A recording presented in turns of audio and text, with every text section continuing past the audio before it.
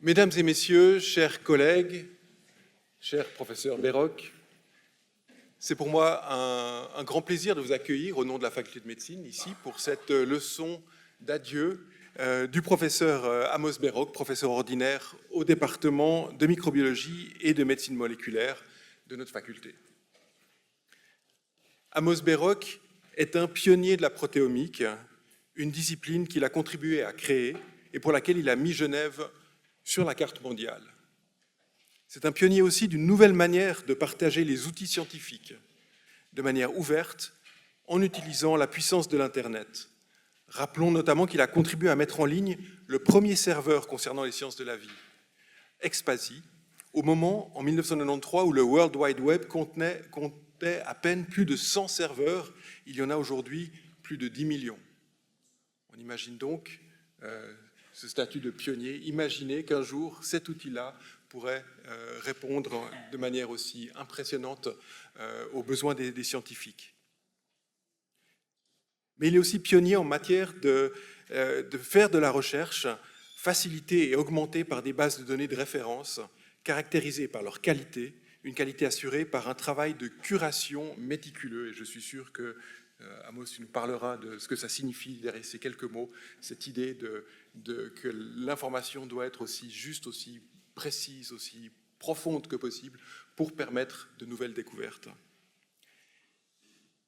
Et puis aussi, Amos a contribué à une nouvelle manière d'organiser la recherche dans une discipline émergente à l'époque, qui était la bioinformatique. Et il l'a fait dans une logique de fédération des compétences au niveau suisse, au sein de l'Institut suisse de bioinformatique, dont nous entendrons le directeur actuel juste après. Ça fait donc beaucoup d'innovations, beaucoup de travaux de pionniers, mais malgré tout, Amos est toujours resté très investi dans la vie facultaire. Il a été vice-président de la section de médecine fondamentale et a dirigé pendant 12 ans le département de sciences des protéines humaines.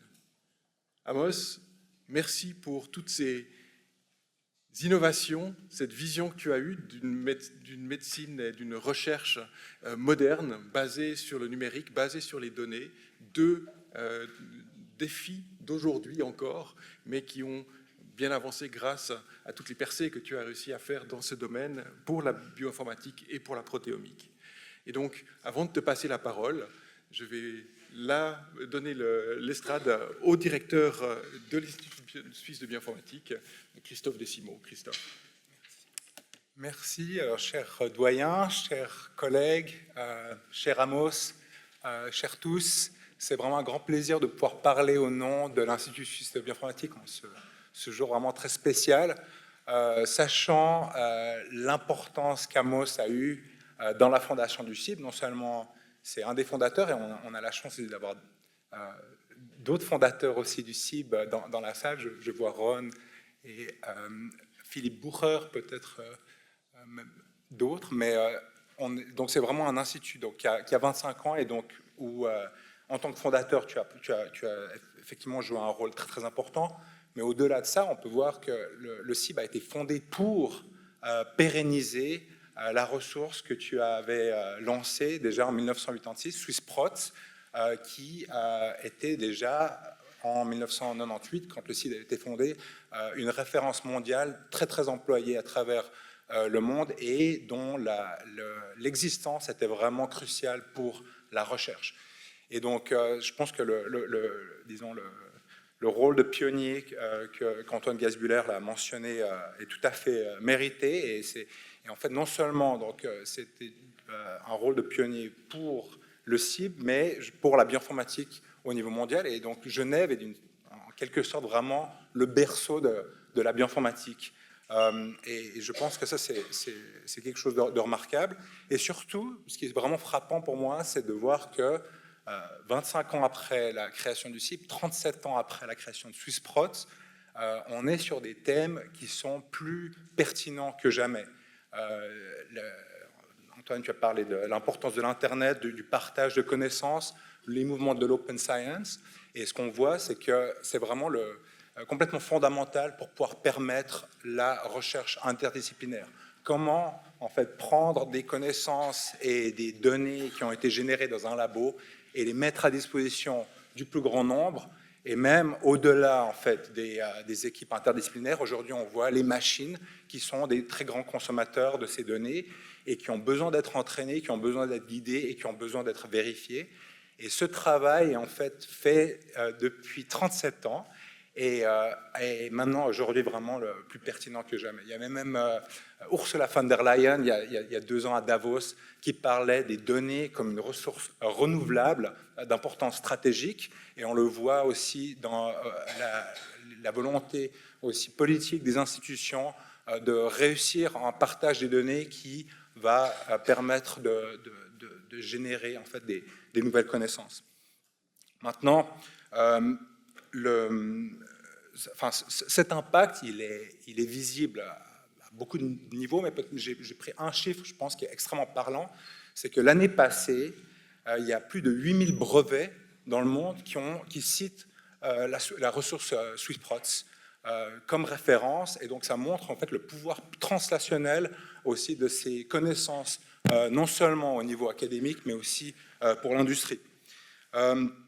Donc, Amos aujourd'hui part à la retraite, c'est vraiment un moment charnière, mais j'ai envie de dire pour le CIB, c'est peut-être un petit peu différent parce que j'ai compris on comprend bien que tu ne pars pas à la retraite côté CIB, tu vas continuer de travailler, d'œuvrer en fait sur la ressource Celosaurus que tu as lancée en 2015. On voit qu'il y a des nouvelles ressources qui se développent tout le temps, et là je pense que tu vas certainement en parler, mais Celosaurus c'est aussi encore une fois typique projet Amos Bayrock, où il a perçu, il a vu le besoin en fait d'une meilleure coordination et un meilleur partage des connaissances là pour la problématique des lignées cellulaires.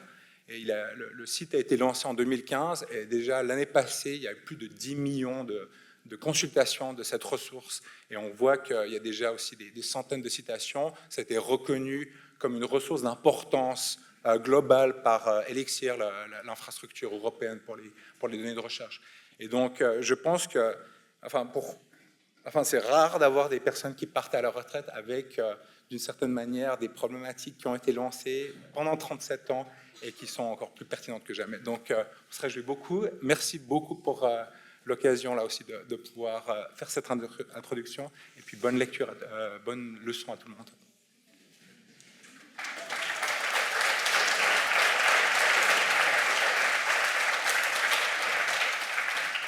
Merci Antoine, merci Christophe. Je suis ému, en effet, de voir tellement de personnes que je reconnais parmi vous. Et donc, ça va être un petit peu dur de commencer, mais je vais m'y mettre. Peut-être en me disant d'abord, est-ce que c'est une leçon d'adieu tardive? Alors, j'ai demandé, tout le monde utilise ChatGPT, et j'ai demandé à ChatGPT quand est-ce que je partais à la retraite. C'est l'expert universel, donc il devait savoir la réponse. Alors là, avec surprise, j'ai appris que j'avais pris ma retraite en 2009. Quand j'ai quitté mon rôle de directeur de la Swiss Protein Sequence Database, c'est la seule chose qui est vraie dans ce paragraphe, c'est vrai, et que je continue après ma retraite à être impliqué dans la communauté scientifique. Donc en fait, désolé pour cette leçon d'adieu si tardive, alors qu'en fait, non, ma retraite, c'est encore très loin, c'est dans 1 jour et demi, quoi, le 30 septembre. Donc, alors après, j'ai dit à ChatGPT non, parce que vous pouvez lui dire que quand vous n'êtes pas d'accord. Alors il a dit que son dernier point de données était à jour en septembre 2021 et qu'il ne disposait donc pas des dernières nouvelles qui pouvaient avoir changé le fait que j'étais parti en retraite en 2009. Alors, on va revenir sur l'intelligence artificielle et le deep learning. C'est vraiment un hasard, ça, que j'ai vu ça, mais il y a tellement de cas comme ça que lorsqu'on utilise des outils comme ChatGPT, et c'est important dans le cadre, justement, de ce qu'on va discuter, des big data dans les sciences de la vie. Alors, donc une petite slide sur l'intelligence artificielle, mais c'est un petit peu méchant, mais... Donc... Passons à des choses qui sont plus en rapport avec une leçon d'adieu. En fait, une leçon d'adieu de 45 minutes, c'est à la fois très long, parce qu'on a l'habitude de faire des talks de plutôt de 20-30 minutes, mais c'est aussi très court, parce que quand on a envie en fait, de remercier toutes les personnes qui ont compté, ça ne suffit pas, parce qu'il faudrait 2-3 heures. Mais à plusieurs moments dans cette présentation, je vais m'arrêter pour remercier soit des groupes de personnes, soit des personnes en particulier. Et là, en fait, 2 personnes qui ont été clés pour tout ce que j'ai fait à Genève, Robin Hofford et Denis Strasser. Alors Robin Hofford, j'ai commencé par être son étudiant en master, ensuite son étudiant en doctorant, ensuite son collègue dans le département, je vais en parler après, qui s'appelait à l'époque biochimie médicale. Et c'est grâce à Robin que j'ai pu faire tout ce que j'ai fait. Parce que Robin avait cette vision qui était très rare à l'époque de se dire que oui, ce qu'on appelait les micro-ordinateurs, ce n'était pas seulement pour jouer, et que oui, il y avait besoin d'outils en biologie pour étudier les sciences de la vie et des outils informatiques. Ça semble évident maintenant à tout le monde, mais à l'époque, il a dû se battre pour faire accepter mon projet de doctorat. Il a dû se battre à plein de moments. Il s'est battu pour nous aider, Ron, moi et Philippe et d'autres, on était 5 à l'époque, de fonder l'Institut suisse de bioinformatique. Donc, à tous les moments où il y avait des crises, où il y avait besoin d'aide, Robin était là. Malheureusement, il est décédé il y a 2 ans. Il me disait toujours qu'il avait travaillé dans sa jeunesse, en tant que même avant d'être étudiant, dans en fait un des premiers systèmes d'ordinateurs en Angleterre, donc il était anglais, et il avait travaillé dans un ordinateur, parce qu'à l'époque c'était une salle complète, et il changeait en fait des pièces qui sautaient à chaque quelques minutes, donc c'était des lampes à l'époque, avant les transistors, et il changeait ça. Et il aurait voulu, il me dit, il espérait qu'avant de mourir, il aurait un ordinateur greffé et qui puisse accéder depuis son cerveau. Malheureusement, il n'a pas pu accéder à ce rêve, mais donc j'ai vraiment envie de remercier Robin pour tout ce qu'il a apporté, et tous ceux qui ici ont travaillé pour SwissProt, pour d'autres choses, si SwissProt a existé, a pu continuer à exister, c'est grâce à Robin. La deuxième personne qui est sur cette photo, c'est Denis Strasser. Denis Strasser, qui a été le vrai pape de la protéomique en Suisse. Il était donc professeur à la faculté de médecine et responsable de la chimie de laboratoire. Il a été le responsable du doctorat de Ron Apple, ici présent, et ensemble, Robin et Denis ont fait tout pour aider le petit groupe de personnes qui faisaient de la bioinformatique à Genève. Donc, sans Robin et Denis, en fait, il n'y aurait pas cette leçon d'adieu. Alors, on va aller encore plus loin, parce que c'est une leçon, en fait, grand public, et je ne vais pas faire toute une explication sur la biologie moléculaire, les protéines, mais en fait, je vais parler de protéines, donc il est quand même intéressant de parler de quand est-ce qu'on a commencé à élucider ce qu'étaient les protéines au niveau de ce qu'on appelle la molécule, leur séquence. Et ça a commencé en 1955 avec Fred Sanger, qui, à Cambridge, a déterminé la séquence de l'insuline de bœuf. Ça lui a mis plusieurs années, et donc il a réussi ça en 1955. Il a reçu un prix Nobel en 1958 pour ça, et rebelote, il a reçu un deuxième prix Nobel en 1980 parce que, non content d'avoir développé des méthodes pour élucider la structure des protéines, il a développé des méthodes avec Wally Gilbert, on va retrouver cette personne un peu plus tard, pour élucider les séquences d'ADN et d'ARN. Donc, une des rares personnes à avoir 2 prix Nobel dans la même discipline. Donc, Fred Sanger détermine la séquence d'insuline de bœuf. Première séquence. Ensuite, il y a des livres qui ont paru, qui ont été en fait développés par une chimiste américaine, Margaret Dehoff, qui s'est dit, il y aura de plus en plus de protéines qui vont être séquencées, il faudra avoir un livre dans lequel on trouvera ces informations. Donc, 10 ans après Sanger, elle a publié un livre avec 65 protéines qui étaient répertoriées. Elle a continué avec ces livres jusqu'en 1978, où la dernière édition, qui avait des suppléments, avait déjà 1069 protéines. Là, on est à peu près à 20 ans après Sanger, 1000 et quelques protéines. Elle a ensuite continué en développant une base de données dont je vais reparler après, qui s'appelle PIR, qui était une banque de données de protéines aux États-Unis. Mais cette banque de données, pour être honnête, n'était plus vraiment bien maintenue, surtout par le fait qu'elle est décédée donc en 1983 et que dans les années 84-85, j'ai ressenti le besoin de créer une nouvelle banque de données qui est devenue SwissProt, on va en parler. Mais donc, tout ça, c'est parce que malheureusement, donc Margaret Dehoff est morte trop jeune et n'a pas pu continuer son effort parce que je pense qu'elle aurait créé une très très bonne banque de données de protéines. La vie est telle qu'elle est, c'est en Suisse qu'a été développée la banque de données qui est maintenant de référence de protéines, qui s'appelle SwissProt, on en a parlé. 86, la première version de SwissProt, qui maintenant s'appelle UniProt, mais UniProt KB SwissProt. 3900 protéines.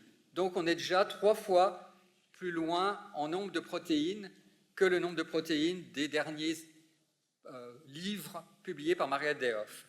Alors, où en est-on maintenant?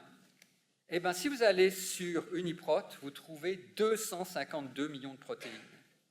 Donc, ça veut dire, c'est un nombre qui est tellement grand que ce qu'il faudrait plutôt se rappeler, c'est que pendant la durée de cette leçon d'adieu, il va être généré presque autant de séquences que ce que contenait la première version de SwissProt. Et ça vous montre l'étendue des données. Donc, juste les 3900 protéines vont être générées. Alors, bon, je triche un peu. C'est la durée de la leçon d'adieu combinée avec celle de l'apéro. Parce que sinon, on n'est qu'à 2500 en tenant compte de la courbe. Donc, j'aurais voulu que ce soit exactement ça, mais bon, avec l'apéro, en le faisant traîner un petit peu, on y arrive. Donc, une augmentation exponentielle de données. Mais en fait, SwissProt, ce n'est pas tellement la gestion de ces données exponentielles, mais ce qui est surtout, c'est quelque chose qu'on va voir bientôt, maintenant dans les slides qui suivent, c'est ce qu'on appelle la biocuration.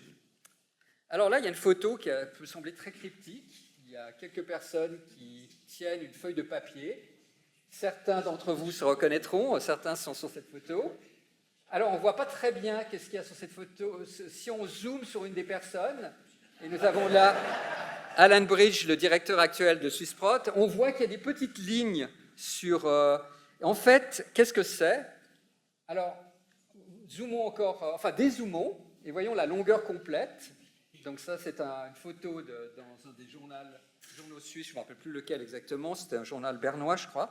Et donc, ce qui est marqué sur la légende, c'est qu'à l'occasion de leur 10e anniversaire, des membres de l'Institut suisse de bioinformatique, on va revenir à ça, ont déroulé hier sur le parvis de la cathédrale de Berne la liste nominative, c'est-à-dire les noms de chacune des 20 326 protéines humaines qui étaient dans SwissProt à ce moment-là.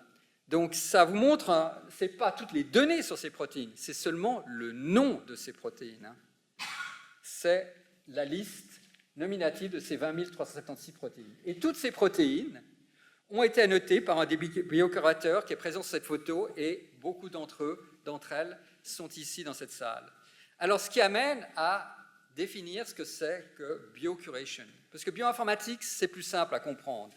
On a la biologie, on a l'informatique, on va en revenir, c'est pas aussi simple que ça, mais enfin, c'est plus simple à comprendre que la biocuration. Mais la biocuration, ça va être pas plus compliqué à expliquer, mais ça vaut la peine de l'expliquer ici. Alors, commençons par définir bioinformatique et biocuration. Là, j'ai de nouveau utilisé ChatGPT parce que pour ce genre de truc, ça marche bien. Quand on veut des résumés de choses, des définitions, c'est un outil qui est pas mal et qui vous permet de plutôt que de chercher vous-même, de retrouver des mots pour dire la même chose qu'on a retrouvé 50 fois et pas plagier d'autres choses. ChatGPT marche bien. Alors, il m'a dit que la bioinformatique est une discipline interdisciplinaire qui combine la biologie et l'informatique, oui, pour analyser, interpréter, gérer des données biologiques, les séquences ADN, les structures protéines, les informations génétiques, en utilisant information et algorithmes. Je trouve que c'est une définition très bonne de la bioinformatique. Pour la biocuration, il m'a mis plusieurs paragraphes, mais le principal, c'était ça, c'est de créer des bases de données biologiques précises et cohérentes qui sont essentielles pour la recherche en biologie, en génétique et en médecine. C'est ce qu'a dit avant Antoine et aussi Christophe, et c'est une très bonne définition de la biocuration. On peut le voir d'une autre manière. Vous avez ici un bioinformaticien qui montre que lui, il travaille ici. Il y a la préparation des échantillons, on fait des expériences, il y a des données brutes, et le bioinformaticien est responsable d'analyser toutes ces données et finalement de les transformer dans des connaissances, dans des découvertes. Et puis, le ou la biocuration, l'annotatrice, on disait annotatrice plutôt que biocurateuse ou biocurateuse, donc on a toujours utilisé ici à Genève le terme d'annotateur et annotatrice, ce qui fait que je n'ai pas là tellement le mot français pour biocuratrice, pardon. Donc l'annotatrice, son travail, l'annotateur-annotatrice, c'est de prendre ces connaissances et de les rendre accessibles à tous de manière correcte, concise, nettoyée, et donc de présenter ces connaissances aux utilisateurs, aux autres scientifiques. Voilà, donc le passage de la bioinformatique à la biocuration.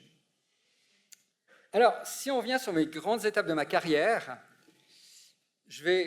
on a déjà parlé de Swissprot, mais je vais aller plus en arrière, au début de la carrière, pour parler un petit peu de PCGene, vous allez voir ce que c'est, qui était de la bioinformatique.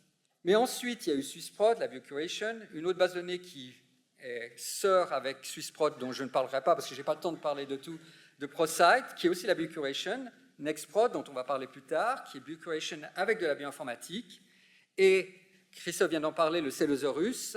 La date de 2028, je vais en revenir pourquoi, en fait, c'est marqué 2028 pour le Celosaurus.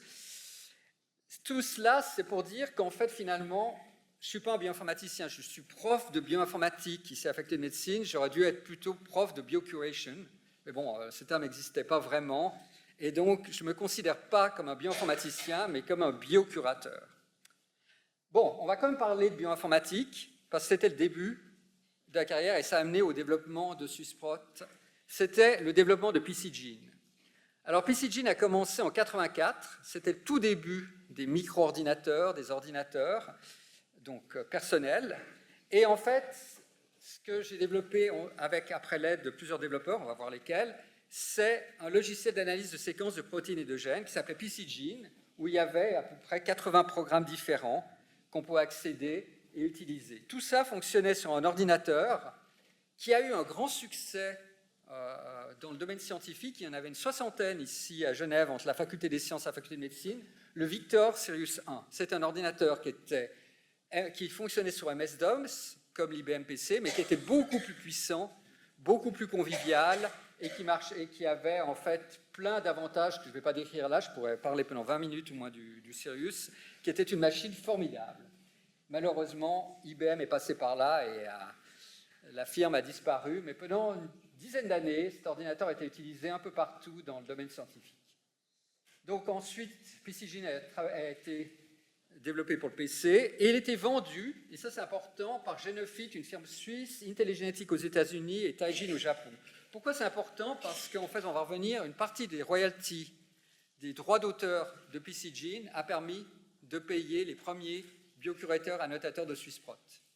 Donc c'est grâce au fait que ce logiciel existait et était utilisé que j'ai pu engager quelques personnes, parce qu'en fait, il a été vendu et bien vendu. Il y a eu à peu près 2000 laboratoires qui l'ont acheté dans 45 pays. Alors, très peu d'entre vous ont utilisé PCGene. Il n'y a que quelques personnes de Swissprot qui, au tout début de leur carrière, se rappellent avoir rentré des séquences en utilisant l'éditeur Sekin de PCGene, mais c'est quelque chose qui a disparu après la fin des années 90. Mais ça a été très utile pour, en fait, le développement de Swissprot, parce que Swissprot est né de PCGene, parce qu'il fallait une banque de données de protéines qui était de bonne qualité pour les analyser avec ce logiciel. Alors, petite parenthèse, parce que je vous ai montré là, juste si je reviens là, des disquettes, puis je me rends compte qu'il y a certaines personnes, bon, beaucoup d'entre vous, comme vous êtes des personnes qui ont travaillé avec moi, vous avez un âge, pas le mien, mais certains d'entre vous atteignent un âge où vous avez connu ces disquettes. Mais vous serez surpris que si vous avez demandé à des enfants actuellement qu'est-ce que c'est que ce petit icône carré qui sert pour sauver, ils se demandent pourquoi il y a un icône comme ça, hein, parce qu'ils n'ont jamais vu de disquette. Alors, en fait, c'est de parler un petit peu des moyens de stockage. C'est juste une petite slide pour... j'ai travaillé au tout début, avant l'université, avec des bandes perforées.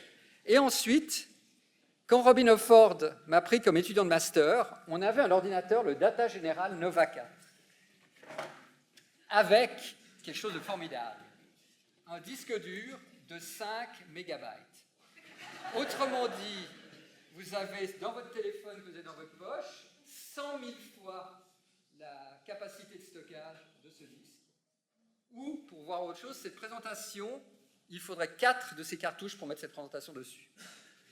Ça vous montre un petit peu l'étendue des avancées au niveau des stockages. Évidemment, j'ai aussi utilisé des bandes magnétiques, des cartouches magnétiques. Et puis, dans les micro-ordinateurs, j'ai commencé avec des cassettes, des disquettes, 5 pouces, 3 pouces, des disques Yomega Bernoulli, ça j'irai pas dans la technologie, mais c'était des disques assez révolutionnaires pour l'époque qui permettaient de stocker 230 mégabytes. Et puis, tout de suite après, les CD, les DVD, le Blu-ray, les clés USB et maintenant le cloud. J'ai quand même une petite inquiétude sur la pérennité du stockage dans les nuages. Je ne sais pas si vous êtes comme moi, mais les vieux de la vieille, on a l'impression que quand on stocke dans le nuage, on va se retrouver un jour avec les données perdues et qu'il faudra mieux backuper sur des supports physiques. Bon, fin de la parenthèse, revenons à PCGene. Et là aussi une slide de remerciement pour tous les développeurs qui ont participé. Il y avait 4 développeurs, 2 à Genève et 2 aux États-Unis, mais qui sont venus à Genève. Et surtout pour Dominique Garin, qui a ensuite travaillé aussi indirectement pour Swissprot à travers GeneBio, et qui malheureusement est décédé prématurément. Donc Dominique a beaucoup participé au développement de PCGene, m'a beaucoup aidé pendant toute l'époque où on développait PCGene. Et puis, il n'y avait pas seulement des développeurs, il y avait chez Genophyte Genetic et Taijin au Japon, plein de gens qui écrivaient les manuels, qui faisaient la vente, qui faisaient le support, qui s'occupaient de faire des cours sur PCGene un peu partout aux États-Unis et en Europe. Donc, toutes ces personnes. Et puis, des super utilisateurs, des biologistes, ici en Suisse ou ailleurs, qui ont été, en fait, amener beaucoup de choses pour ce qui est devenu PCGene. Alors là, il y a encore une développeuse. Alors, il s'agit de ma fille aînée, Alice, qui est là avec sa fille, donc ma petite fille. Oui, Liras, c'est ta maman quand elle avait 2 ans. Et donc, tout ça pour remercier ma famille. Donc, je ne vais pas donner les noms de tout le monde et tout, mais parce que tout ce que j'ai fait, je n'aurais pas pu le faire sans le support de ma famille. Alors non, Alice n'a jamais développé PCGene. Elle a juste tapé quelques lettres sur le clavier, mais donc j'ai retrouvé cette photo qui date de l'époque où elle avait 2 ans. Alors, si la biocuration est une discipline récente, c'est l'héritière d'une longue tradition. Parce que annoter ou faire la curation des connaissances ou des spécimens biologiques, ça date d'il y a longtemps. Les textes, pensez aux moines du Moyen-Âge. Qu'est-ce qu'ils faisaient? Ils prenaient des textes, ils mettaient des commentaires, ils les recopiaient. C'était déjà de la curation, pas de la biocuration, mais de la curation de textes. Les encyclopédistes au siècle des Lumières, c'est aussi de la curation. Lorsque l'Oxford English Dictionary a commencé son travail de répertorier tous les mots anglais et d'obtenir de tout le monde des définitions, c'est vraiment de la curation.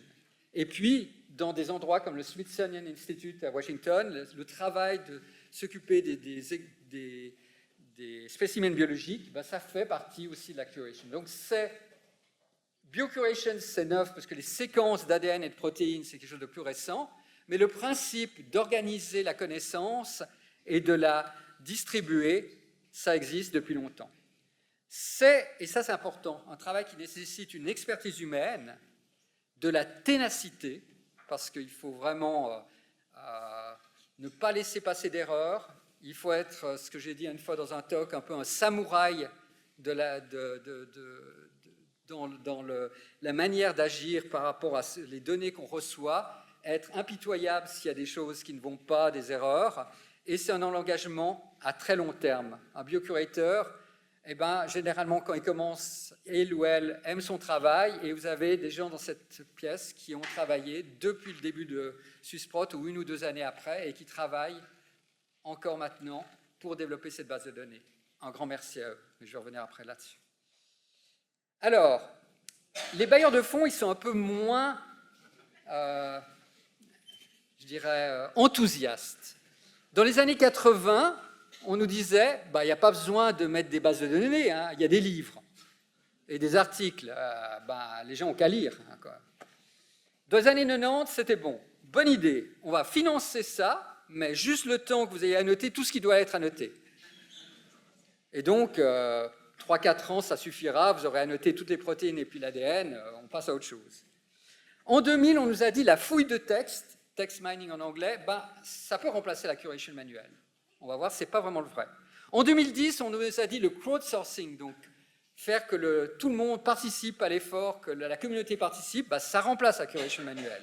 Et maintenant, on nous dit, l'intelligence artificielle, ça peut remplacer la curation manuelle. Non, aucun de ces trois, parce qu'il y a beaucoup de problèmes qui empêchent d'automatiser la biocuration. D'abord, il y a quand même une chose qui a changé. Oui, j'ai oublié ces slides. Ça, c'est une photo d'il y a 30 ans. Il y a quelque chose qui a changé par rapport à la situation à l'époque, qui n'est plus d'actualité. La première, c'est qu'au moins, on n'a plus besoin de photocopier. Il y avait même une personne qui travaillait à photocopier tous les papiers qu'on avait besoin dans Swisprot. C'était le travail à plein temps de quelqu'un d'aller photocopier à la bibliothèque et de commander les articles pour faire Swisprot. Alors ça s'est amélioré. Tout est online. La deuxième chose, c'est moins important, c'est que j'avais plus de cheveux, ils n'étaient pas blancs. Merci Néla. Alors, si on regarde une publication scientifique, elles sont plus imprimées, elles sont online, mais les choses n'ont pas changé depuis 30-40 ans. Il y a un résumé qui est généralement une publicité pour l'article. Les scientifiques essayent de vendre l'article. Il y a une introduction qui est d'une certaine manière pour le biocurateur un rappel inutile de l'état des données, parce qu'on veut les nouvelles choses, on ne veut pas qu'on nous rappelle tout ce qui était déjà connu. Il y a les matériels et méthodes qui sont très importants, mais ils sont souvent mal structurés, imprécis, et contiennent beaucoup d'erreurs. Il y a les résultats. Ça, c'est ce qui intéresse les biocurateurs, les annotateurs. Mais malheureusement, beaucoup de résultats sont cachés dans des figures ou dans une montagne de fichiers supplémentaires qu'il faut ouvrir l'un après l'autre pour retrouver les données. Et finalement, la conclusion est remplie de pensées magiques, ce qu'on appelle le wishful thinking en anglais, c'est-à-dire qu'évidemment, l'équipe qui a fait la recherche espère être en voie d'avoir un prix Nobel et d'avoir développer quelque chose, de trouver quelque chose de formidable. Donc tout cela complique le travail du biocurateur et empêche l'extraction automatisée des connaissances. Alors, en fait, ça, c'est un slide que j'ai piqué à quelqu'un qui avait, dans une présentation, parlé des lamentations de Béroc. En fait, c'était une phrase que j'avais dit en 2009 et qui est toujours valable, qui était un peu déprimant de penser qu'on dépense des millions de dollars de financement de la recherche pour que les gens fassent des expériences, ça c'est bien, trouvent des connaissances et ensuite cachent ces connaissances dans un article et après on paye d'autres millions de dollars pour extraire de ces articles ces connaissances. Malheureusement, ça n'a pas beaucoup changé. Et c'est toujours vrai. Alors, automatiser la biocuration, oui, on en parle plus de 20 ans. Comme j'ai dit, la fouille de texte, ça marche de mieux en mieux. Ce n'est pas idéal. Dans beaucoup de cas, ça se fait sur des résumés qui sont trop courts. Je vous ai parlé de tous les problèmes qu'avait le texte complet, donc on ne va pas revenir là-dedans, mais ça n'aide pas pour la biocuration. Là où maintenant tout le monde essaye d'aller, c'est évidemment ChatGPT, enfin tous ces modèles d'intelligence artificielle et l'apprentissage automatique. Mais ce qu'on oublie, c'est que pour faire ces modèles, il y a besoin d'un corpus de connaissances qui doit être le plus complet possible, le plus précis possible, correct et actualisé. Et donc, oui, ça va aider. Ces outils sont formidables. Je me suis moqué un petit peu au début de ce que ça sort, mais ils vont s'améliorer. Mais ils ne peuvent être bons que si ce qui est en dessous, les fondations sont solides. Et donc, on ne peut pas imaginer qu'on dise maintenant, on arrête de faire la biocuration, tout va être fait automatiquement, parce qu'au bout de quelques années, les données vont devenir de moins en moins mises à jour, les connaissances mises dans les bases de données, et ce sera la catastrophe. Donc, il y a certaines personnes, dans certains endroits, même en Suisse, dans certaines institutions, qui pensent qu'on peut remplacer la curation par l'apprentissage automatique et gagner ainsi beaucoup d'argent, parce que plutôt que d'avoir 30 ou 40 biocurateurs, on achète 2 ou 3 informaticiens et on met quelques machines dans une salle. Ça semble être un bon rapport prix-qualité, mais non, pas du tout, parce que prix, oui, qualité, non. Alors, continuons sur les bases de données pour les sciences de la vie, parce qu'on va parler du financement maintenant de ces bases de données. Elles ont presque toutes été initiées, soit par un doctorant ou un postdoctorant, dans le cadre d'un projet de recherche. Souvent, ça commence comme ça. Les gens développent une base de données. Elles sont gratuites pour les utilisateurs, contrairement à la chimie et le droit. On estime qu'il y en a actuellement à peu près 5000, plus ou moins. Alors, certaines, ça sert à archiver les données expérimentales. Donc ça, c'est en fait ce qu'on appelle en anglais des repositories. Et puis d'autres, comme Swisprot, sont des bases de connaissances. Alors, il y en a qui sont minuscules. c'est généralement 1 ou 2 pages web, et puis, ou 1 ou 2 fichiers, et d'autres qui sont gigantesques. Les bases de données pour les acides nucléiques, c'est maintenant 40 pétabytes. Alors, je ne vous montrerai pas combien de ces cartouches de 5 mégabytes ça ferait, parce que ça remplirait la totalité de cet auditoire, je pense. Et elles sont disponibles sur le web. Alors là, on va arriver à quelque chose qui a déjà été mentionné. En fait, Antoine a mentionné Expasy.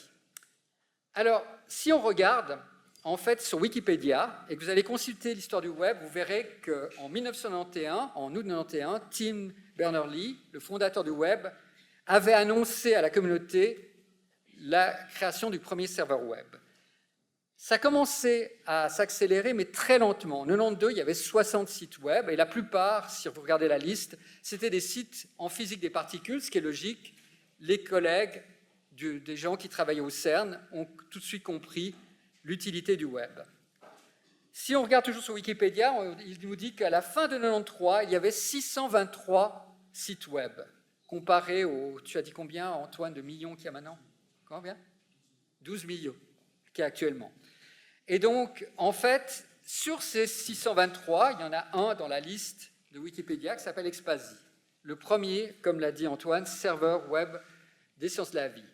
Et ce serveur est dû à l'idée de Ron, ici présent, de pouvoir mettre sur le web, qui était tout neuf à l'époque et qu'on n'avait pas encore tellement l'habitude d'utiliser, des bases de données, dont SwissProt et Swiss2DPH, la base de données qu'a développée Ron. Et donc, Ron, avec après d'autres personnes, y compris Elisabeth Gastager, qui est ici, qui a travaillé pendant plus de 20 ans sur Expasy, ont commencé à développer en 1993 le serveur Expasy. Alors, vous voyez, le premier logo d'Expasy, c'était celui de l'endroit où travaillait Ron avec Denis, l'hôpital cantonal de Genève. C'est l'ancien logo des HUG. Et si on regarde un petit peu le fichier avec l'historique d'Expasy, on voit que Ron a installé la première version en 1993. Le 21 septembre, ça a été annoncé que le serveur était là. Et ce que je trouve intéressant, c'est que le 28 septembre, c'est-à-dire exactement jour pour jour, 30 ans, c'était annoncé qu'il y avait la version d'Expasy qui permettait d'aller voir des structures tridimensionnelles de protéines. Donc, il y a 30 ans exactement, c'était la première fois que quelqu'un pouvait cliquer sur un browser et voir une structure 3D de protéines sans avoir une machine très chère comme une Silicon Graphics ou un Sun pour pouvoir voir ces structures. C'était la première fois, il y a 30 ans, jour pour jour, aujourd'hui. Donc, Expasy, ça a perduré. Ça, c'est un logo qui a été créé par Nicolas Gay, qui travaillait à l'époque avec Manuel Pech à Glaxo et qui a développé ce logo en prenant une carte suisse de topographie du Cervin et il a reconstitué d'une manière informatique le Cervin. Il a mis un petit lac parce qu'il trouvait ça joli. Et donc ça, c'était le logo pendant longtemps d'Expasy. Expasy a atteint près d'1 milliard de pages vues, enfin d'utilisateurs en 2007, a continué à être utilisé. Il existe toujours. Il y a juste une chose que je dois dire. Vous voyez, si je reviens là, j'ai mis Expasy en minuscule, Expasy avec des majuscules dans le titre. Le titre officiel maintenant, c'est Expasy sans majuscules. Vous voyez la page, la home page du serveur actuellement. Mais alors, pourquoi en fait ça a changé? Parce que pourquoi il s'appelait Expasy avec P majuscule A? C'était qu'à l'époque, l'idée était de faire un système expert sur pour la Protein Analysis, Expert Protein Analysis System. Donc l'idée était de créer un système d'intelligence artificielle pour analyser les protéines. Donc on pensait déjà à l'intelligence artificielle, mais plutôt dans ce qu'on appelait les systèmes experts. Alors, Expasy n'a jamais été un système expert sur l'analyse des protéines. C'est un serveur web très utile et qui existe depuis 30 ans. Les machines ont changé, mais sans arrêt, ce serveur a été mis à disposition du public. On va parler maintenant d'une chose qui est plutôt politique, qui est la crise de SwissProt. En 1996 et dans les années 90, la moitié du financement de SwissProt provenait des royalties de PCGene et l'autre d'une subvention du FNS. Mais comme SwissProt était devenu une collaboration avec un laboratoire européen, le Fonds national suisse et le MBL, qui était ce laboratoire, ont proposé qu'on fasse une demande conjointe à l'Union européenne dans ce qu'on appelait après, à l'époque, le Framework 4. Donc c'était un instrument de financement de la recherche. On a fait cette demande, elle a été évaluée scientifiquement de manière très favorable, mais on nous a dit non, pas possible. Je ne vais pas vous expliquer toutes les raisons, mais c'était une histoire kafkaïenne où l'Union européenne ne pouvait pas débloquer de l'argent si la Suisse elle-même ne débloquait pas de l'argent, mais la Suisse ne voulait plus débloquer de l'argent parce qu'elle pensait que c'était l'Union européenne qui le devait. Donc chacun se renvoyait la balle, mais nous on était au milieu. Et la seule chose qu'on a pu faire avec Ron, c'est mettre sur le serveur un grand écriteau qui dit « Swissprot allait avoir 10 ans, mais il va disparaître peut-être juste le jour avant de fêter ses 10 ans. » Et on a demandé aux gens de nous écrire des lettres de soutien. Et en 2 mois, il y a eu 1700 personnes dans 43 pays qui nous ont envoyé des emails. Je suis revenu sur ces emails, je les ai archivés et puis je les ai regardés il y a quelques jours. Et j'ai trouvé ça assez émouvant parce qu'il y a certaines personnes qui étaient célèbres à l'époque, qui le sont toujours, mais il y a certaines personnes qui étaient des biologistes peu connus, qui sont devenus après prix Nobel. Il y a des gens qui ont... Je vais revenir là-dessus, mais en fait, les journalistes à l'époque avaient appelé ça le premier cyber earthquake. La première fois que sur l'Internet, on faisait une sorte de buzz et on rendait viral un problème. Là, il y a un mail que j'ai retrouvé de Walter Gilbert, celui qui, avec Sanger a eu son 2e prix Nobel avec Walter Gilbert pour les méthodes de développement d'analyse d'ADN. Et lui, il a écrit tout de suite, quelques jours après qu'on a envoyé le message, en disant qu'il fallait essayer de sauver Swissprot. On a eu comme ça plein d'emails. Les journaux scientifiques comme Science en ont parlé. On a pris tous ces emails et on les a envoyés, je ne vais pas dire à quel nom parce que la personne, ça n'a pas tellement d'importance, mais une des personnes qui était responsable de la politique de la science à l'époque au niveau du gouvernement fédéral en disant il y a un problème. Et puis il nous a remercié en disant votre gros colis avec les nombreux messages de soutien qui vous ont été adressés sur Internet mais bien parvenus. Et il parle de la valeur exceptionnelle et tout ça, et qu'ils allaient essayer de faire quelque chose. Ce qui les a surtout agacés, c'est le genre de message comme celui-là. C'est un message d'un scientifique indien qui demande si faire un price subscription, s'il faisait une cotisation des chercheurs dans leur laboratoire pour nous aider à payer Swissprot, ça pouvait aider. Ça la faisait un petit peu mal d'avoir des chercheurs indiens qui veulent se cotiser pour sauver une ressource suisse. Disons que les journalistes à l'époque en ont parlé. Je me rappelle qu'il y avait des titres à Tribune de Genève en disant les chercheurs indiens veulent sauver une base de données que la Confédération suisse ne veut pas aider. Ce qui n'était pas vrai. Hein. La Confédération suisse n'était pas vraiment responsable là-dedans, mais quand même, ça a pu aider. Et en fait, les choses ont eu de plus en plus d'impact. L'Hebdo en a parlé, a même parlé du fait, et je vais arriver à ça, que le président du Conseil d'État, Guy II, l'a compris. Et en effet, ce qui s'est passé, c'est qu'il y a une solution qui s'est mise en place. Il y a eu une aide genevoise, financée jusqu'en fin 2096, qui était octroyée par Guy II, qui a tout de suite dit il faut faire quelque chose, et il faut faire quelque chose tout de suite parce que la Confédération ne pourra pas réagir assez vite. Il avait raison, ce n'est pas possible de mettre en place un gros projet au niveau fédéral en quelques mois. Donc il a dit je vous finance jusqu'à la fin décembre. Donc c'est une des personnes que je veux remercier parce que sans lui, on aurait été fichu. Parce que s'il n'avait pas été là et qu'il n'avait pas tout de suite donné de l'argent pour Expasie et Swissprot, on n'aurait pas pu attendre et les salaires auraient disparu, on aurait dû arrêter. Et tout de suite, grâce à l'aide du SNF, les services de la conseillère fédérale Ruth Dreyfus, des choses sont mises en place. Et là, c'est la deuxième personne que je veux remercier, la conseillère d'État Ruth Dreyfus, qui a en fait agi là-dessus et qui a demandé à ses services de trouver une solution. La solution, c'était de créer une fondation qui pourrait recevoir un financement fédéral, c'est l'Institut suisse de bioinformatique, donc, dont on a parlé déjà, qui a été fondé le 30 mars 1998, et comme donc l'a dit Christophe, et qui a 25 ans. Ça, c'est le premier logo du CIB et le logo actuel. Et puis, en même temps, ce genre d'infrastructure, sans aller dans les détails, ne peut pas recevoir tout son financement de la Confédération. C'est un peu « aide-toi et le ciel t'aidera », c'est-à-dire qu'il fallait avoir plus de 50% de notre financement qui vient d'ailleurs. Donc, ce qui a été décidé, et ça va être important pour la suite de la discussion, la suite de cette présentation, c'est demander aux utilisateurs industriels de payer une licence pour l'utilisation de Swissprot.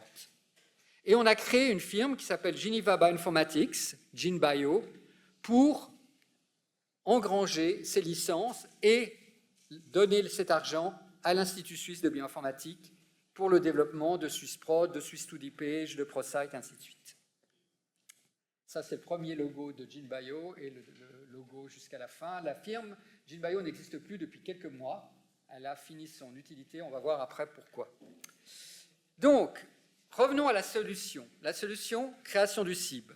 Le CIB, c'est le pilier de la bioinformatique en Suisse. Christophe, son directeur actuel, était là.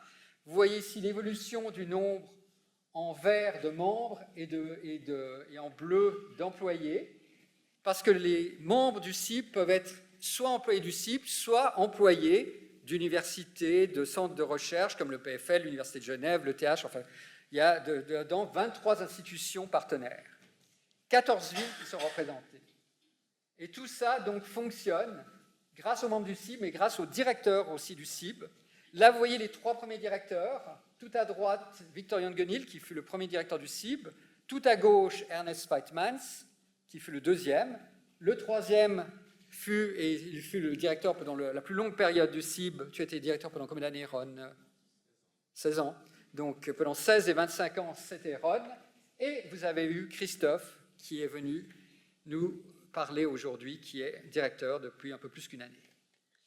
Donc, revenons maintenant à la situation pour SwissProt. Ce fut un peu l'âge d'or de SwissProt.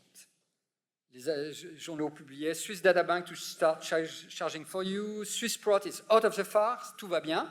Et en effet, la vente des licences s'est organisée rapidement.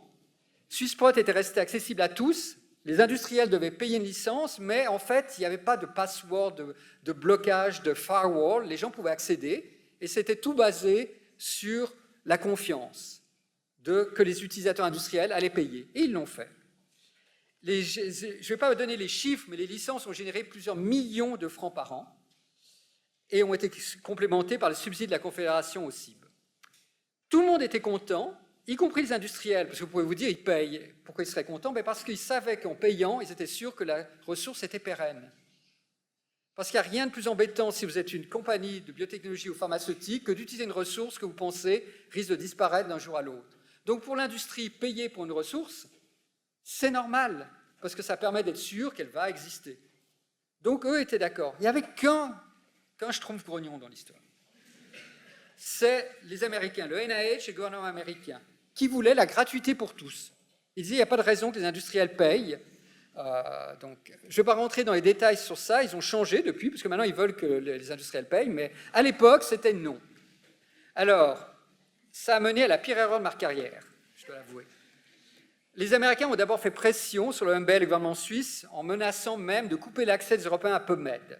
Bon, ça ne s'est pas fait, ils sont revenus en arrière. Et en 2001, ils ont publié un appel compétitif pour financer une banque de données sur les protéines. C'est-à-dire, ces appels, c'est vous pouvez venir en tant qu'organisation, vous présentez votre projet, et le meilleur projet gagne, et c'est eux qui reçoivent les fonds. Et ils nous ont dit que si le CIB et puis le MBL, qui était devenu le groupe EBI, pouvaient conjointement appliquer pour cet appel en association avec la banque de données qui avait un peu périclité aux États-Unis, PIR. Et que si on faisait ça et qu'on était choisi, il y avait des si, mais en fait, tout semblait montrer qu'on pouvait être choisi si on le faisait, on devrait arrêter le système de faire des licences, et en contrepartie, SwissProt recevra à peu près la même somme qu'il recevait en licence de ce grant du NIH. Et par contre, ça c'était la carotte, le bâton, c'est si on n'était pas choisi, et si on ne voulait pas faire ça, il ferait une banque de données, il ferait tout pour faire concurrence et nous détruire. J'ai cédé. Et en fait, pour être honnête, c'était une grave erreur, parce que je ne pense pas, en revoyant maintenant ce qui s'est passé, qu'en fait, ils auraient pu mettre en place, avec simplement le financement qu'ils avaient, une base de données qui aurait pu concurrencer SwissProt. Ils auraient commencé, ils auraient fait quelque chose, et je pense que ça n'aurait pas marché. Bon, on ne sait jamais, mais je pense que c'est une erreur. Et pourquoi c'est une erreur? Si on regarde un peu, j'ai pris cette slide de ce qu'a fait Chiara, qui travaillait à l'époque au CIB sur le financement. Donc, après 2002, on a un financement qui n'est plus avec les licences FIM, mais qui est le support du CIB, qui continue, le support de l'EMBL-EBI, et puis le grant du NIH. Mais qu'est-ce qui s'est passé? Ces supports sont restés stables et même ont diminué au travers des années. Donc, en fait, plutôt que d'engranger plus d'argent avec plus de firmes qui utilisaient SwissProt et tout, on se retrouve avec une situation, et je pense que Alan, qui est maintenant directeur de SwissProt, tu es d'accord avec ça, cette vue qu'on est moins bien que quand il y avait tout ce financement au niveau de...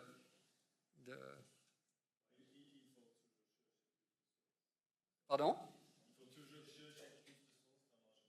Voilà, ouais, il faut chercher toujours, alors qu'avant, donc ça n'a pas tellement bien... Ça n'a pas été un succès énorme.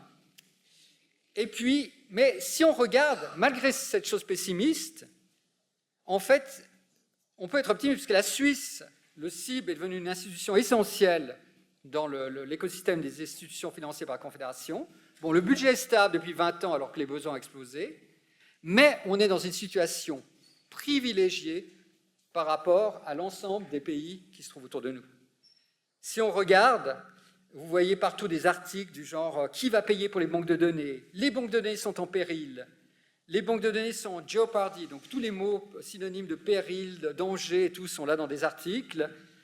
Il y a des études sur la longévité des banques de données, où ils ont vu, par exemple, qu'en 2015, 60% des banques de données qui existaient sur les 18 dernières années d'avant avaient disparu par, bon, peut-être manque d'intérêt, ça peut être quelque chose, mais souvent par manque de financement. Donc il y a un problème. Alors, est-ce qu'il y a une solution ? Là aussi, je ne vais pas être très gentil, en fait. Ron, je vois que Ron sourit, parce qu'il sait ce que je pense. Il s'est créé en Europe une organisation qui s'appelle Elixir, organisation européenne, dont la volonté de permettre à ses États membres, et la plupart des États européens, dont la Suisse, sont membres d'Elixir, d'intégrer les données et les services des sciences de la vie, de maximiser l'expertise de chacun en matière de bioinformatique. Mais aussi, l'idée, c'était aussi de pouvoir finalement trouver du financement pour ces ressources. Ils ont sélectionné 22 Core Data Resources, 4 proviennent du CIB, dont SwissProt, le Celosaurus. Mais, d'accord, ça c'est bien.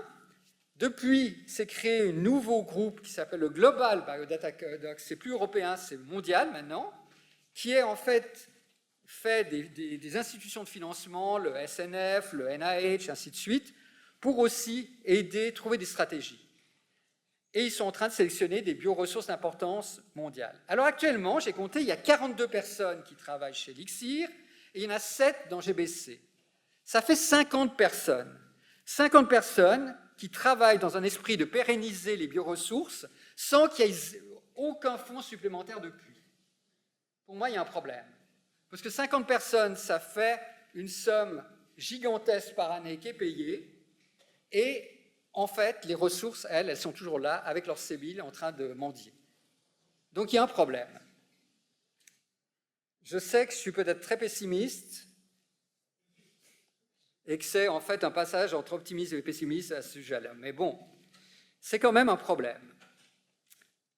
Alors, on va revenir maintenant aux remerciements. En 2006, il y a eu les 20 ans de SwissProt, il y a eu un congrès, je ne vais pas décrire tout ce qui s'est passé, mais à ce moment-là, j'ai voulu remercier tous les biocurateurs, les programmeurs, les personnes travaillant pour la communication, l'administration de SwissProt, le support informatique, et tous les utilisateurs qui étaient des super utilisateurs qui nous amenaient des informations. Et en fait, j'ai représenté ça sous une forme d'une ellipse où il y a des prénoms seulement et puis un multiplicatif, c'est-à-dire vous voyez Christian x 4, David x 5, ainsi de suite. Mais ça représente 410 prénoms, 545 personnes. Donc ça vous montre l'étendue du nombre de personnes qui ont travaillé, et ça c'était en 2006. Hein. Si maintenant Alan voulait refaire en ajoutant toutes les personnes qui depuis ont continué à travailler, alors il n'y en a pas eu beaucoup de plus, mais quand même ça augmente, et donc ce serait beaucoup plus que ça, mais c'est énorme le nombre de personnes et je ne peux pas évidemment vous remercier tous, c'est impossible, c'est dommage, parce que j'aurais bien aimé nominalement dire merci. Je vous regarde, certains d'entre vous qui sont là, et vous comprendrez qu'on se dira merci peut-être après à l'apéro, mais c'est un grand merci à tous, toutes, pour tout cela. Il y a juste une chose, je ne sais pas si vous avez des bons yeux, vous avez vu quelque chose de bizarre dans cette slide? Parce que les biocurateurs, hein, est-ce que vous êtes censés trouver les erreurs? Il y a une erreur. Alors ça vient? Quelqu'un a trouvé? C'est quoi? Raton laveur, bravo! Et c'est les étudiants de Sylvia Bracconi qui ont trouvé. Il y a un raton laveur. Il y a une classe ici que Sylvia qui a travaillé pour Swissprot après avec, et c'est eux qui ont trouvé donc le raton laveur. Donc des futurs biocurateurs. Donc voilà, le raton laveur, il fallait le trouver. Il avait été mis là exprès à l'époque pour se dire si quelqu'un l'avait trouvé. Je ne pense pas à l'époque, je crois qu'il n'y a personne qui avait vraiment regardé les noms. Tout le monde cherchait son nom dessus, son prénom, et personne n'avait trouvé le raton laveur. Mais il était là, caché là-dedans. Alors, là, je vais faire un peu de pub pour une ressource qui est née de Swissprot et où la personne qui la développe est ici dans la salle, c'est Protein Spotlight. Depuis 23 ans, chaque mois, Vivienne écrit un article de vulgarisation scientifique sur une protéine intéressante à noter dans Swissprot. J'ai oublié le une, là. Et alors, c'est des textes de maximum 2 pages, donc c'est facile à lire, et c'est écrit avec un style qui est vraiment rafraîchissant. Ça mêle humour british avec la rigueur scientifique. Donc, ceux d'entre vous qui sont là, qui ne connaissent pas tellement les protéines, c'est quelque chose à lire, et ça vous apprend chaque mois sur une protéine. Et en fait, certains de ces protéines Spotlight ont été complémentés de BD qui ont été créés par le dessinateur Genevois Aloïs. Et dans quelques jours, si c'est toujours d'actualité, le 8 octobre, va paraître un livre, donc La vie, l'amour, la mort et les protéines. Donc, je vous encourage, c'est aux éditions Antipode, d'aller voir ce livre de BD sur les protéines. C'est, à mon avis, le premier livre de BD sur les protéines dans le monde entier. Je ne pense pas qu'il y en a d'autres. Alors, on arrive à Califo. Je vais expliquer ce que c'est Califo, mais un des grands chantiers de Swissprot, vous avez vu, c'était d'annoter ces 20 000 protéines humaines. Chantier qui a été achevé en 2008. Achevé, c'est pas vrai, parce qu'il faut toujours réannoter. Mais bon, en 2008, on avait fini d'annoter un exemplaire de chacune des protéines humaines, et donc c'était un chantier qui était plus ou moins terminé. Mais on pensait que pour faciliter le travail de recherche sur ces protéines, les protéines humaines, qui sont comme importantes pour la médecine, et qu'il fallait aussi caractériser des protéines dont on ne connaissait pas la fonction, il y en avait à peu près 5000 à cette époque, il fallait les faire plus que ce qui était dans Swissprot. Et donc l'idée, c'était de développer une ressource qui s'appelle Nexprot, qui est une plateforme de connaissances centrée sur les protéines humaines, et qui prend les données de Swissprot et rajoute des données venant de plein d'endroits différents, des connaissances venant de plein d'endroits. Vous voyez là le logo de Nexprot et autour des bases de données comme Uniprot, Swissprot évidemment, mais aussi Peptide Atlas, BG et ainsi de suite. Donc ça c'est Nexprot. Mais pourquoi, vous me direz, mais Califo, ça n'a rien à voir avec le mot Nexprot. Alors pourquoi Califo? Parce que c'est l'abréviation anglaise du groupe Computer Analysis and Laboratory Investigation of Protein of Human Origin. Donc ordinateur et laboratoire pour étudier les protéines d'origine humaine. Alors, ordinateur, on a parlé de Nexprot, mais il y avait aussi le laboratoire. Donc, le groupe était un groupe mixte, une partie biocuration et une partie laboratoire, avec 2 directrices, Lydie Lane, qui est ici et qui a travaillé dans Califo depuis le début, avant de travailler dans Swissprot, mais qui a été la fondatrice avec moi-même de Califo, du groupe Califo, et en fait, un laboratoire. La mission de Califo, d'une certaine manière, c'était d'essayer d'aider de comprendre comment, à partir d'une liste de composants, les protéines et les gènes, on arrive à un système complexe, un individu, un génome. Donc, c'est d'aider un tout petit peu, parce que c'est une complexité redoutable, de voir à quoi servent ces protéines. Le laboratoire, le but, c'était d'élucider de manière collaborative, avec des groupes un peu partout dans le monde, la fonction de protéines humaines en partant d'hypothèses qu'on obtenait à travers Nexprot et du data mining. Ça menait à plusieurs publications. Et puis, donc, on voulait aussi, mais ça a moins marché, de convaincre la communauté scientifique d'initier un effort visant à caractériser les protéines de fonction inconnue. Alors, jusqu'à présent, ça fait 10 ans qu'on a lancé, donc 12 ans.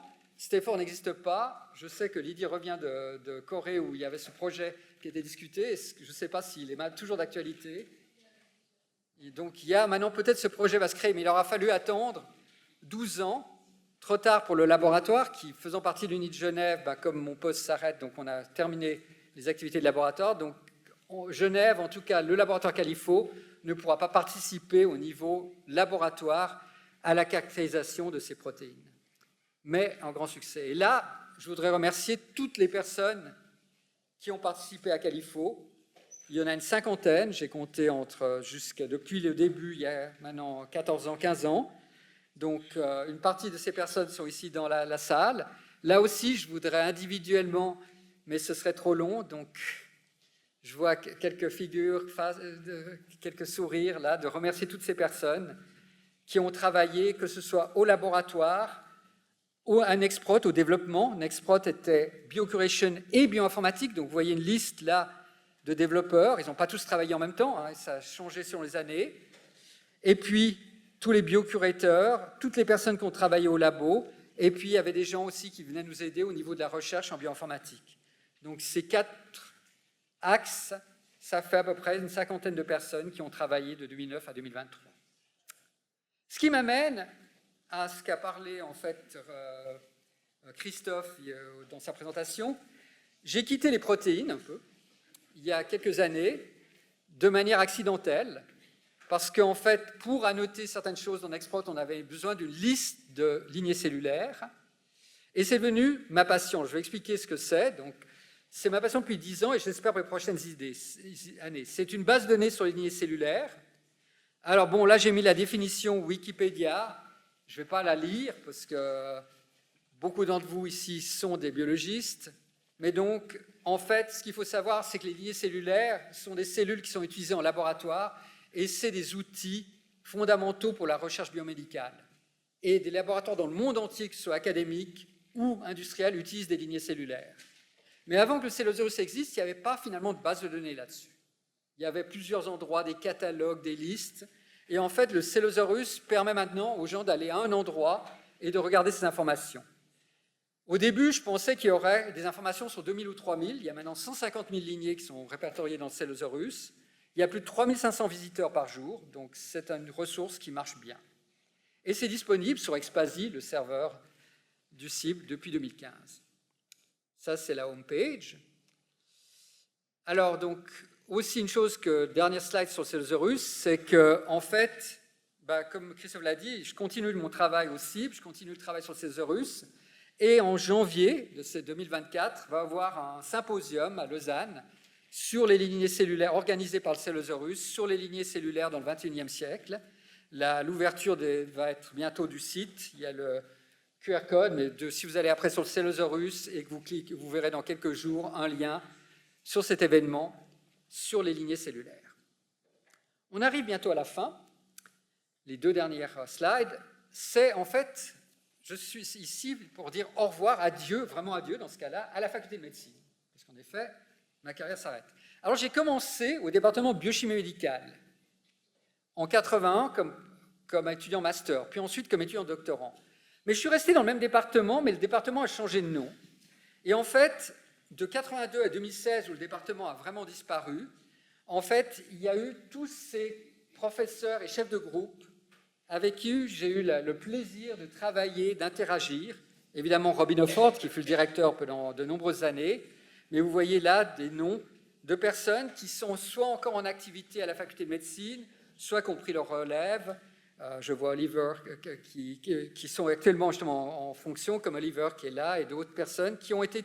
Tous ces gens ont participé à la vie de ce département qui s'est renommé département de biologie structurale et bioinformatique vers les années 2002, parce qu'à une époque, les départements ont tous changé de nom, peut-être plutôt que des thématiques, biochimie, physiologie, ainsi de suite, ils sont devenus un peu thématiques, d'une manière plutôt transversale.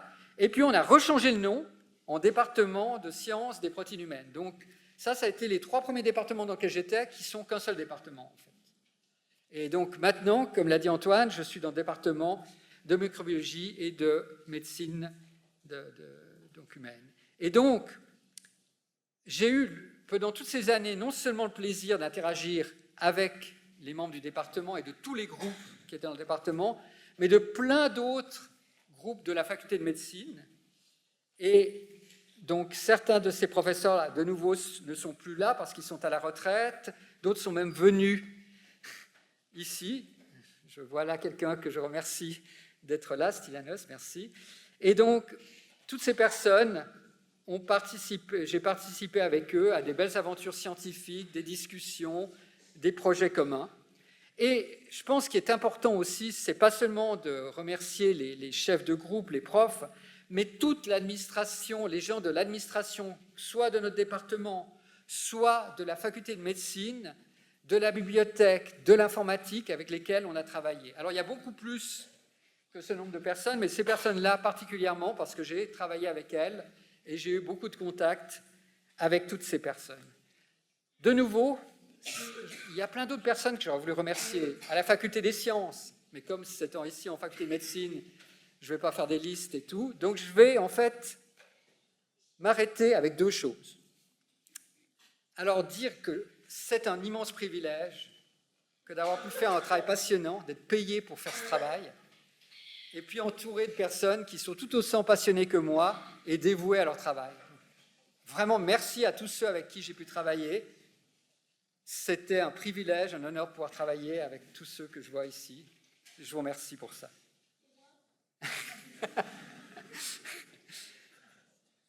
Et comme ça a été dit par Christophe, je ne vous dis pas adieu, mais au revoir. Ma carrière Uni-Genève, c'est terminé, mais celle aussi continue. Donc, ce n'est qu'un au revoir et je vous remercie pour être venu ici. Merci.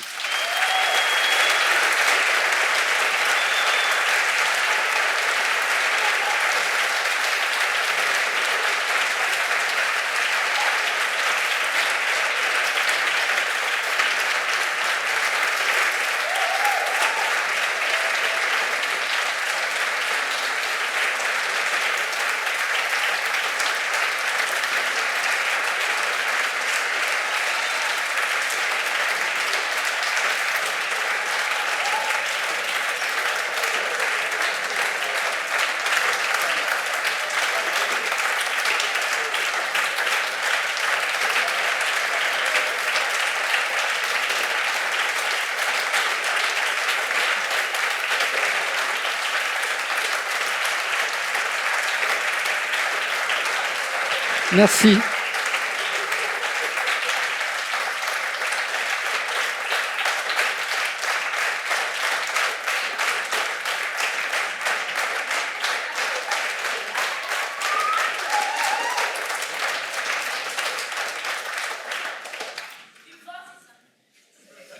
Même pas.